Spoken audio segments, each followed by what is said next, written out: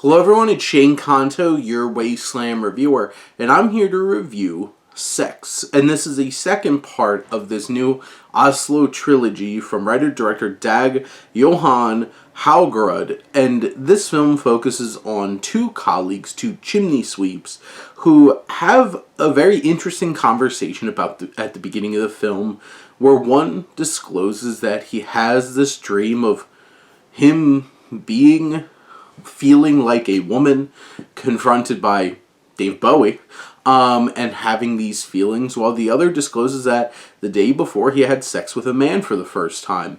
Both of them in marriages, and you see how these specific events, this shared experience, ripples into their lives over the next couple of days.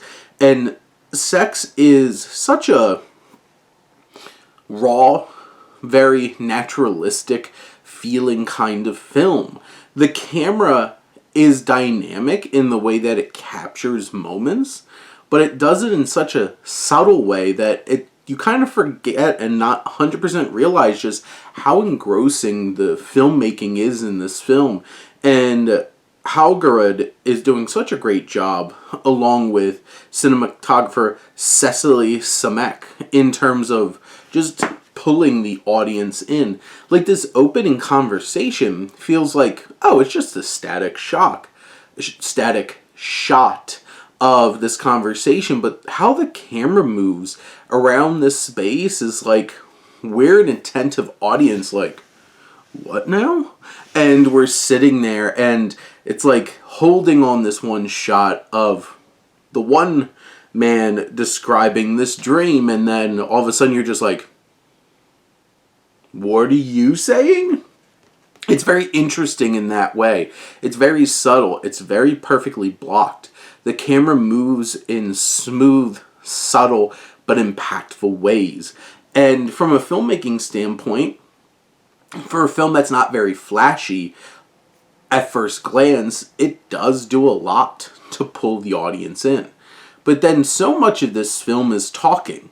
It's the philosophical discussions that ripple from this. It's these two friends at the beginning as they're exploring this discussion with Thorbjorn Har and Jan Gunnar Royce, who have this discussion. These two actors just really give themselves to this performance, and there's no performances in here that are big, over the top, very acting kind of performances. They feel very raw, very naturalistic, but also very empathetic and feel very real. And I think that's the most important approach for these films that Haugerud is taking, is that these are not big, showy, cinematic films. These are fully engrossing human experiences. And these actors are not acting to the heavens here. There are some emotional moments where, the wife of the man who has sex with another man, we get to see this very intimate moment of the camera capturing her husband just out of the shower and her seeing glimpses of him from behind, and she just cries. And it's very emotional, it's very impactful.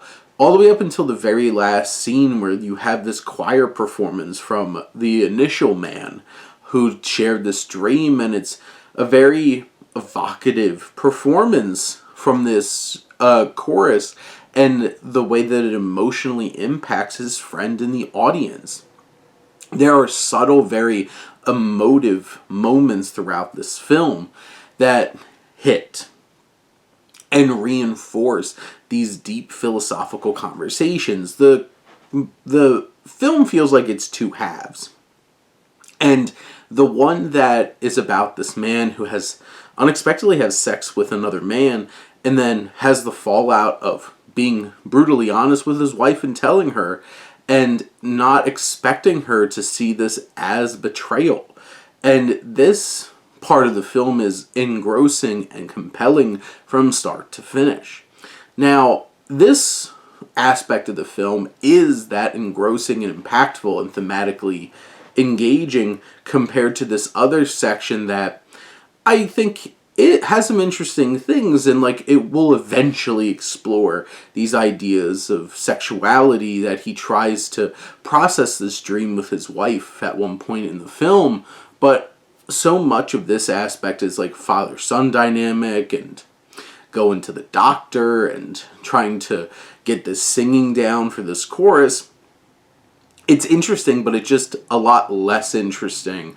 A lot of those moments I felt like I wanted to be in the other home, trying to process what's going on. I don't think these stories are equally as compelling, but they both have equally as compelling moments. And by the end, it comes together in such a poignant way that you can get past the fact that like there's some stretches here that feel a little slow and less engaging and less interesting. This is a film that you have to cue into. It's conversations. There's not a lot of action. It's a lot of really intimate moments of these actors putting themselves out there.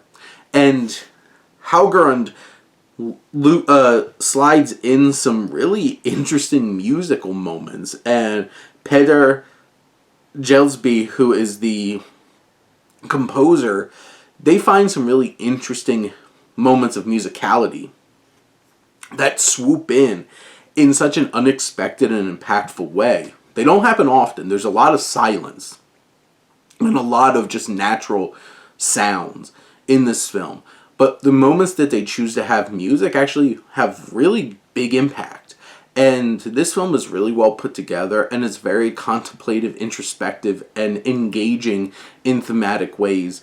And if you cue into it and you're willing to sit there with all these subtitles throughout this film, as this film is very Norwegian, I think it's really, really worth the experience, as this film unabashedly explores some taboo topics about sexuality and homosexuality in men, and does it in such a raw and impactful way. But those are my thoughts on Sex. Let me know what you think, and let's talk some movies. But thank you as always for tuning in and supporting your Wasteland Reviewer.